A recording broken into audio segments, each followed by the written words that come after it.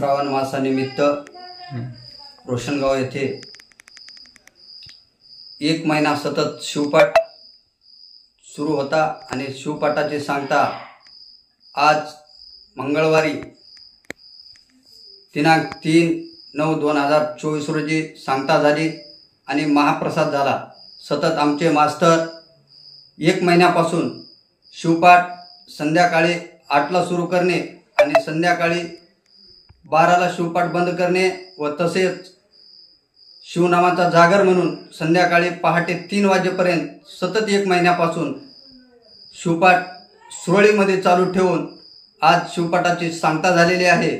तरी त्याबद्दल मी आमच्या सर्व समस्त भजनी मंडळाचं आभार व्यक्त करतो। धन्यवाद।